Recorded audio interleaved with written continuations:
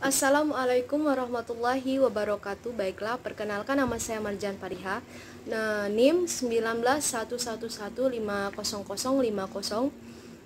Mata kuliah Akhlak Tasawuf, program studi Hukum Tata Negara, Fakultas Syariah, Institut Agama Islam Negeri Bengkulu. Baiklah, di sini saya akan menyelesaikan ujian tengah semester saya, yang mana langsung saja pada pertanyaan pertama. Jelaskan perbedaan antara definisi akhlak dan tasawuf. Jelaskan juga perbedaan objeknya, berikan contoh masing-masing. Pengertian akhlak, kata akhlak berasal dari bahasa Arab yakni khuluq. Menurut bahasa, akhlak adalah perangai, tabiat, dan agama. Dinamakan khuluq, etika bagaikan khalqah atau karakter pada dirinya. Dengan demikian, khuluq adalah etika yang menjadi pilihan dan diusahakan seseorang. Adapun etika yang sudah menjadi tabiat bawaannya dinamakan al-khaim. Dalam Kamus Besar Bahasa Indonesia, kata akhlak diartikan sebagai budi pekerti, watak, dan tabiat. Berkaitan dengan pengertian khuluq yang berarti agama, Al-Fairuz Zabadi berkata, ketahuilah, agama pada dasarnya adalah akhlak. Barang siapa memiliki akhlak yang mulia, kualitas agamanya pun mulia. Agama diletakkan di atas landasan akhlak utama, yaitu kesabaran, memelihara diri, keberanian, dan keadilan. Secara sempit, pengertian akhlak dapat diartikan dengan 1. Kumpulan kaidah untuk jalan yang baik. 2. Jalan yang sesuai untuk menuju akhlak. Dan yang ketiga, pandangan akal tentang kebaikan dan keburukan. Pengertian akhlak menurut istilah pun merupakan akhlak adalah daya kekuatan sifat yang tertanam dalam jiwa yang mendorong perbuatan yang spontan tanpa memerlukan pertimbangan pemikiran. Kemudian dapat disimpulkan bahwasanya akhlak merupakan sikap yang melekat pada diri seseorang dan secara spontan diwujudkan dalam tingkah laku dan perbuatan. Yang kedua, kemudian pengertian tasawuf.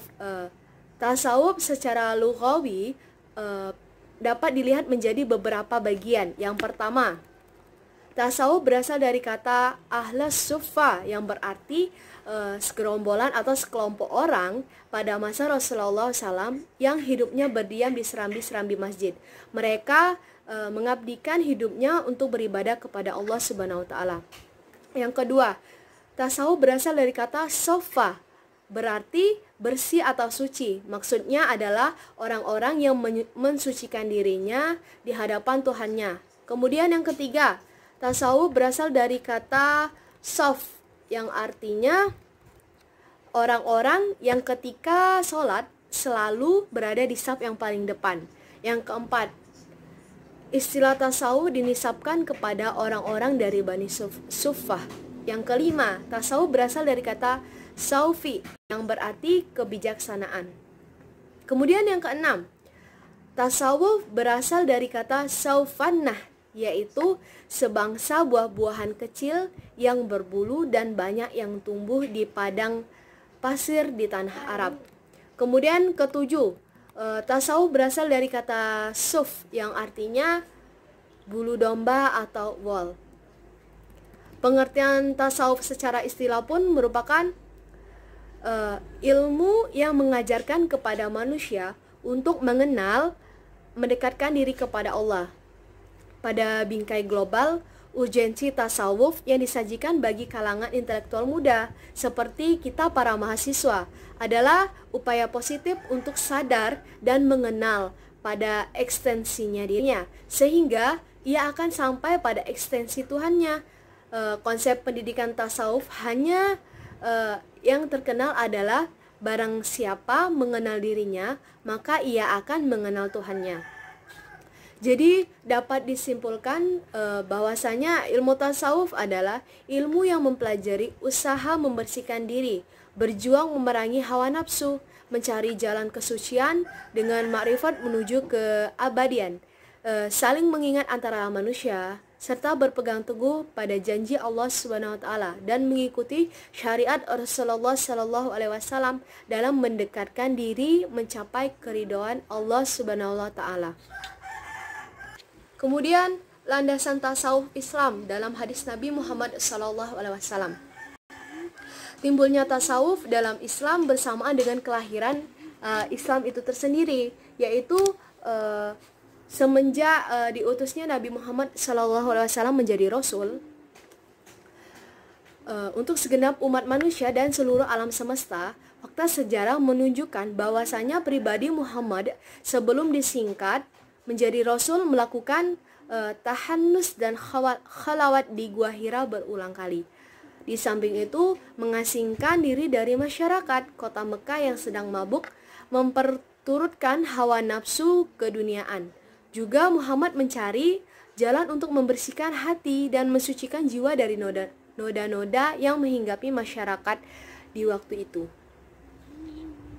Kemudian ada hadis yang berbunyi, yazalul abdu yataqarrabu ilayya bin nawafili hatta uhibbahu fa iz ahbabtuhu kuntu sam'ahu alladhi yasma'u bihi wa bassarahu alladhi yubsiru bihi wa lisanahu alladhi yantiku bihi wa yadahu allati yabtishu biha wa rajlahu allati yas'a biha fi yasma'u wa bi yushru wabi yantiqu wabi yaqilu wabi yabtishu wabi yamshi, yang artinya senantiasalah seseorang hamba mendekatkan diri kepadaku dengan amalan-amalan sunnah sehingga aku mencintainya.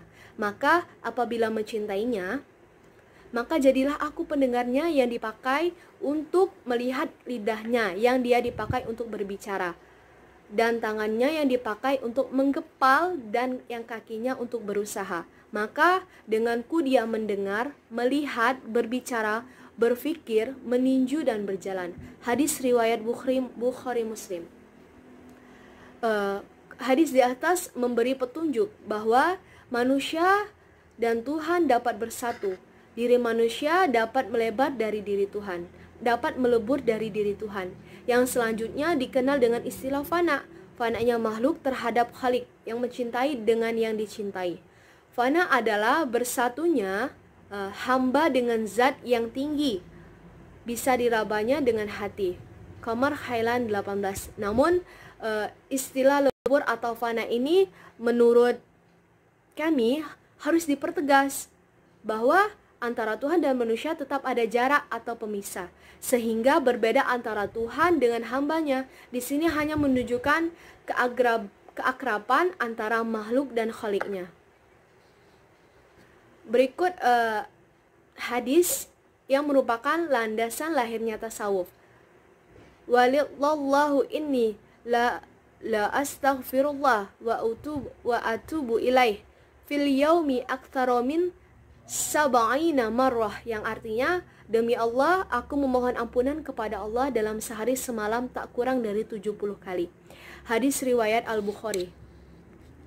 Faktor internal yang dapat dipandang sebagai penyebab langsung lahirnya tasawuf di dunia Islam, selain berupa pernyataan Al-Quran dan hadis, adalah perilaku Rasulullah Sallallahu Alaihi Wasallam sendiri, sebagaimana telah dimaklumi beliau di dalam bertakarub atau mendekatkan diri kepada Allah tidak jarang pergi meninggalkan keramaian dan hidup menyepi untuk merenungi dan berkonsentrasi dan bertahanus di Gua Hira.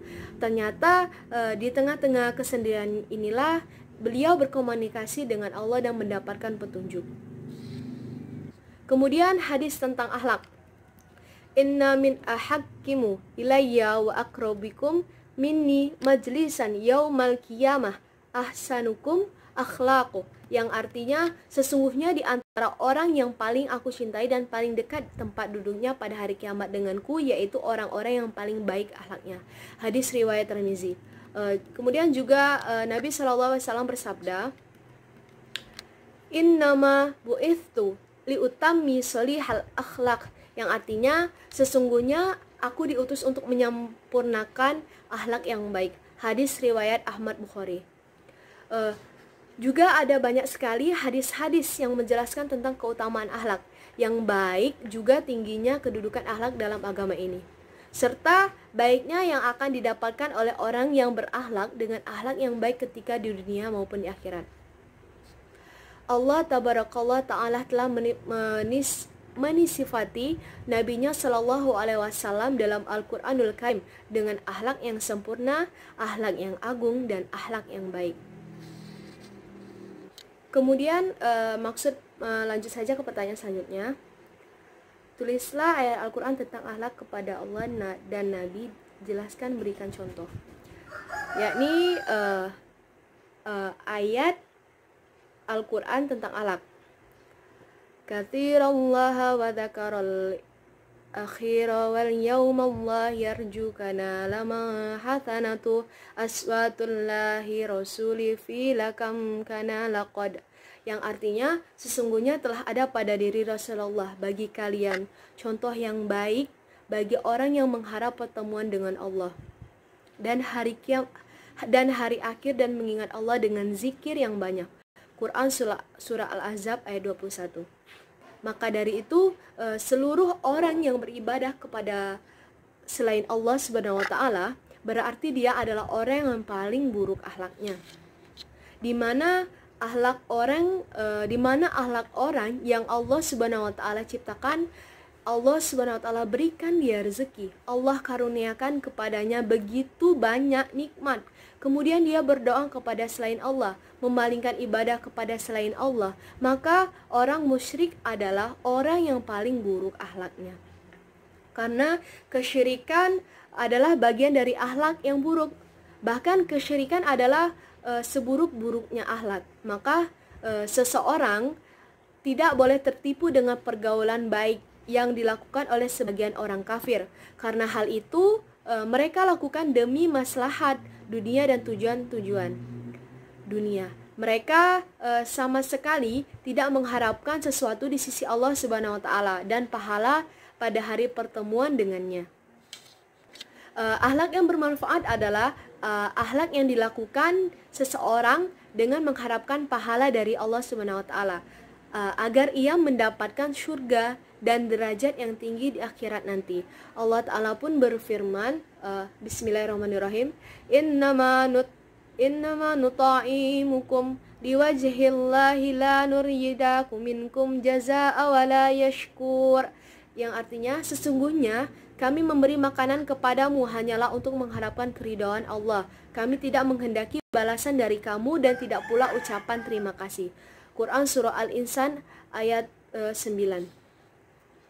Kemudian ada 3 macam tasawuf. Coba Anda tulis, beri contoh, terangkan satu persatu.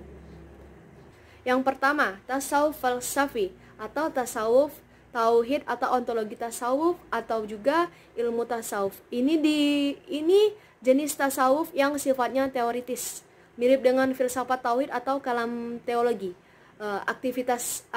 Aktivitasnya mengkaji dan memahami hakikat dari eksistensi dengan cara yang unik. Jika filsafat teologi berusaha memahami Tuhan secara rasional, tasawuf falsafi mencoba menemukan bahasa akal untuk menjelaskan berbagai pengalaman mistis, sehingga lahir konsep-konsep semacam ittihad, wahdatul wujud, gradasi wujud, isyrakiyah, insan kamil, nur Muhammad, tajalli, musyahadah, mukasyafa, fana, baqa, serta terma-terma ilahi dan kondisi-kondisi batiniah lainnya. Tasawuf ini fokus pada kemampuan akliyah atau berpikir, termasuk kajian dan baca-baca kitab. Pekerjaan para murid mendengar tausiah bahkan diskusi yang disasar adalah kesadaran kognitif atau otak. Diharapkan dengan banyak membaca dan mendengar para murid memahami ruang lingkup tasawuf. Kemudian yang kedua, tasawuf akhlaki. Tasawuf akhlaki atau tasawuf syar'i atau juga fikih tasawuf atau juga adab berguru atau etika. Tasawuf ini berfokus atau birokrasi atau aturan-aturan formal untuk membentuk sikap dan perilaku murid. Targetnya adalah perbaikan langsung moral dan etika. Tasawuf ini menekankan pada adab lahiriah dan batiniah atau adat yang menyebutnya dengan hadab dalam berguru, sehingga terkenal aturan dahulu kala adab daripada ilmu. Kalau sekedar berilmu, iblis lebih alim, semua kitab sudah dibacanya, tetapi ia angkuh, merasa paling benar, kepatuhannya kepada Allah tidak ada. Jadi tasawuf akhlaki ini sudah bernilai praktis. Batin seseorang ikut dibentuk dengan berbagai aturan dan kebijakan, sehingga ia memiliki sifat jujur, adil, ikhlas, murah hati, rajin, patuh, selalu dalam keadaan bersuci, dan lain sebagainya. Pola ketat pendidikan akhlak ini ditemukan dalam jamaah sufi atau disebut tarekat. Mereka membentuk sekelompok-sekelompok sosial dengan berbagai aturan dan bentuk-bentuk kedisiplinan. Kemudian yang ketiga, tasawuf irfani atau tarekatullah atau ma'rifatullah. Inilah puncak atau jenis tasawuf yang mengubah atau mengembalikan kepada jati diri yang fitrah. Antara hamba dengan Allah ada jarak yang memisahkan atau hijab.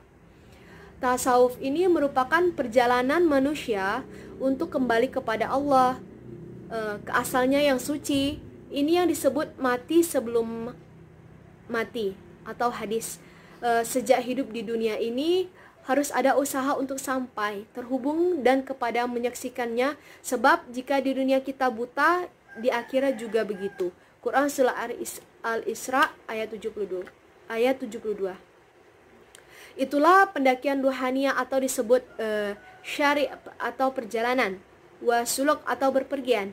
Disinilah ada yang namanya titik keberangkatan, tempat tujuan, stasiun atau makam, serta kondisi-kondisi yang akan dialami atau fenomena-fenomena spiritual selama perjalanan pulang. Kemudian pertanyaan ketiga, apakah perbedaan zuhud dan wara? Jelaskan dengan berdasarkan ayat Al-Quran dan hadis Nabi, berikan contoh masing-masing. Perbedaan zuhud dan wara. Zuhud adalah meninggalkan segala sesuatu yang tidak memberi manfaat di akhirat. Adapun wara adalah meninggalkan segala sesuatu yang engkau khawatirkan akan menyusahkan atau merugikan di akhirat. Dengan kata lain, perbedaan antara zuhud dan wara.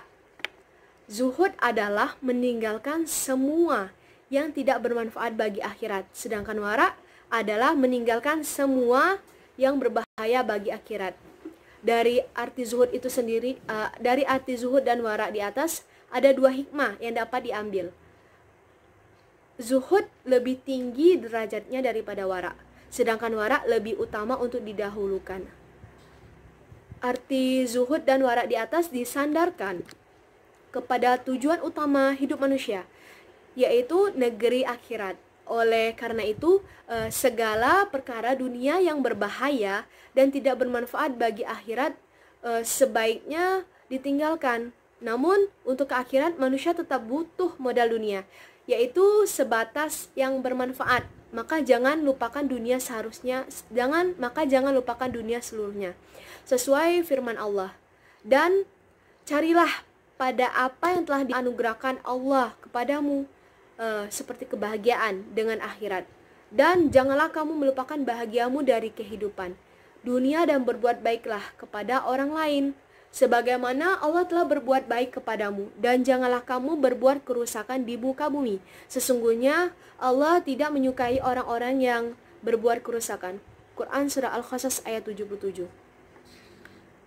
Mengenai zuhud, Rasulullah SAW bersabda, di antara kebaikan Islam seseorang adalah meninggalkan hal yang tidak bermanfaat.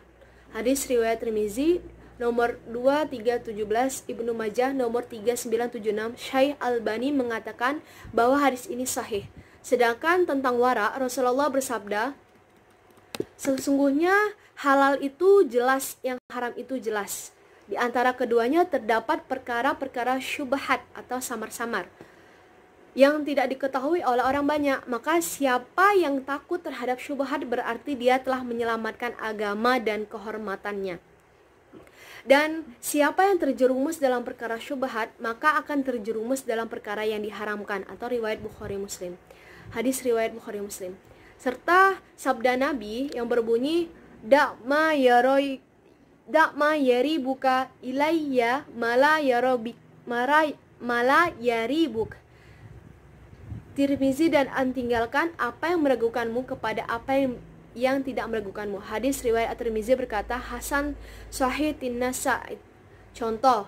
Contohnya misalkan hati seorang yang zuhud telah terlepas dari pengaruh dunia. Sikap zuhud akan melahirkan kebaikan-kebaikan lainnya. Orang yang zuhud tidak akan pelit dan kikir. Setiap orang yang meminta sebagian hartanya, zuhudnya seseorang juga akan membuat dia sibuk dengan urusan akhirat. Ia tidak akan terjebak pada kesibukan duniawi. Sering kita menyadari bahwasanya kesibukan dengan dunia bisa membuat kita lupa kepada Allah Subhanahu wa taala. Kemudian contoh lagi, saat ada pengajian dan konser musik diadakan secara bersamaan, maka seseorang lebih memilih pergi pengajian daripada pergi nonton konser musik. Sedangkan contoh seseorang meninggalkan kebiasaan mendengarkan dan memainkan musik secara berlebihan hingga lalai akan kewajiban sebagai muslim. Karena dia tahu bahwa bermusik dan mendengarkan musik itu ada yang mengatakan halal dan ada juga yang mengatakan haram. Kemudian pertanyaan selanjutnya, apakah yang dimaksud dengan manusia hedonisme dalam gaya hidup? Jelaskan. Sini saya akan menjelaskan apa sih hedonisme.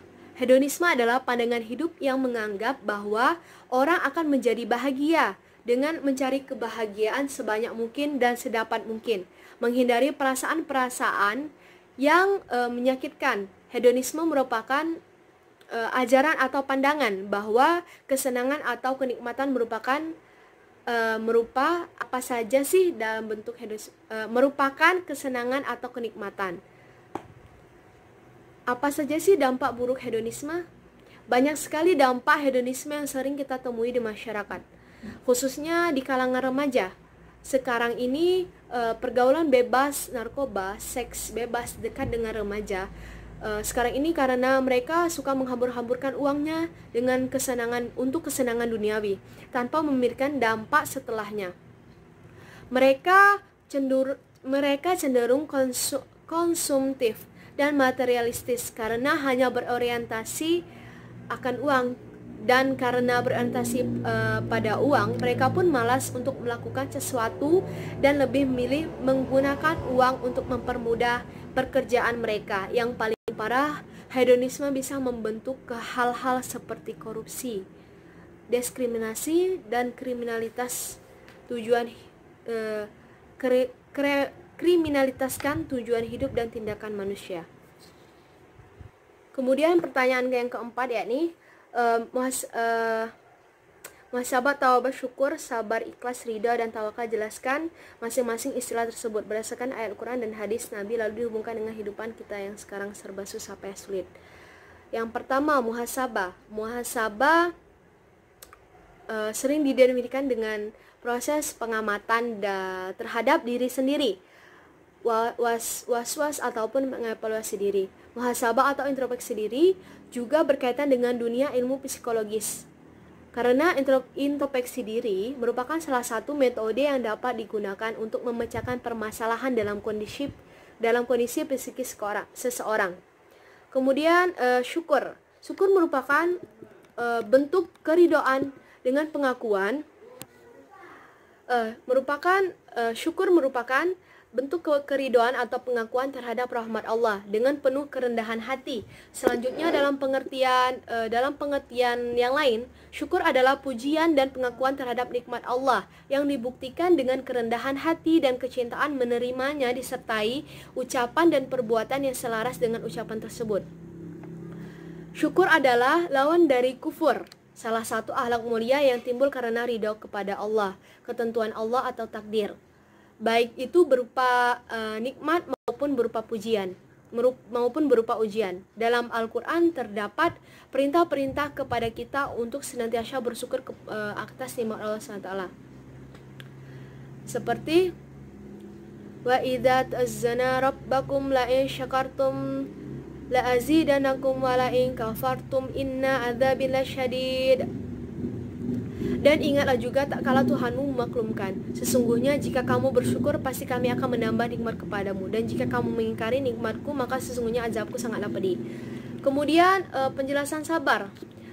Sabar adalah suatu sikap menahan emosi dan keinginan serta bertahan dalam situasi sulit dengan tindakan mengeluh. Sabar merupakan kemampuan mengendalikan diri yang juga dipandang sebagai sikap yang mempunyai nilai tinggi yang mencerminkan kekokohan jiwa. Orang yang memilikinya pada Al-Quran sudah dijelaskan tentang perilaku sabar dan beberapa ayat di antara Al-Quran surah Al-Baqarah ayat 177 yang artinya dan orang-orang yang sabar dalam kesempitan, penderitaan dalam perperangan, mereka itulah orang-orang yang benar imannya dan mereka itulah orang-orang yang bertawakal.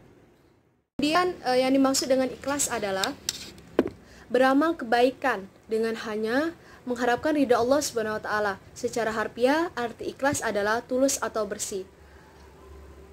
Kemudian pembahasannya jika kita mengharap ridha Allah, sering kita mendengarkan kata ikhlas dalam kehidupan sehari-hari, baik dalam urusan agama atau urusan dunia. Misal, ada orang yang meminta maaf lalu mengatakan, tolong maafkan dan ikhlaskan kesalahan saya. Atau saat diberi sesuatu oleh orang lain, kita berkata, ini ikhlaskan bro, ini misalkan kayak ini ikhlaskan memberikan saya ini. Atau dalam pelajaran agama yang mengatakan bahwa amalan yang diterima Allah adalah amalan yang ikhlas karena Allah, dan seterusnya. Namun sedikit sekali dari kita yang benar-benar memahami makna dari ikhlas ini. Nah, dapat disimpulkan bahwasanya ikhlas adalah beramal kebaikan dengan hanya mengharapkan ridho kepada Allah. Maksudnya adalah kita melakukan sesuatu kebaikan itu dengan niat hanya menginginkan keridhaan Allah saja. Dan bila mendapatkan ganjaran, maka cukup Allah saja yang memberikan ganjaran atas kebaikan yang kita lakukan, tanpa ada sedikit pun di dalam hati ini berbuat kebaikan dengan tujuan agar mendapatkan keuntungan-keuntungan di dunia, seperti agar dianggap orang lain kita baik, dianggap dermawan, atau agar bisa naik pangkat dan jabatan. Kemudian tawakal. Tawakal adalah berserah diri sepenuhnya kepada Allah dalam menghadapi menunggu hasil dari suatu usaha dan pekerjaan. Kemudian, ridho. Ridho adalah suatu sikap mental yang menerima dengan suci hati, senang hati, ikhlas dan semacamnya atas semua yang diberikan Allah. Dengan kata lain, ridho Allah adalah sikap yang merasa cukup atas apa yang dimiliki. Pembahasan ridho Allah adalah sikap mental yang dekat dengan qanaah. Ridha Allah adalah kerelaan serta kepasrahan atas apapun yang menimpa kita atau apapun yang kita miliki. Ridha Allah ini adalah perbuatan terpuji. Kemudian yang terakhir adalah ikhlas. Kemudian terakhir adalah tobat.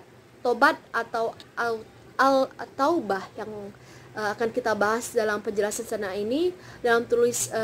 Dalam tulisan ini adalah berwajadah kepada Allah, bertawajuh kepada Allah dalam keadaan selalu kusut sembari mengakui semua kesalahan, meratap dan penyesalan.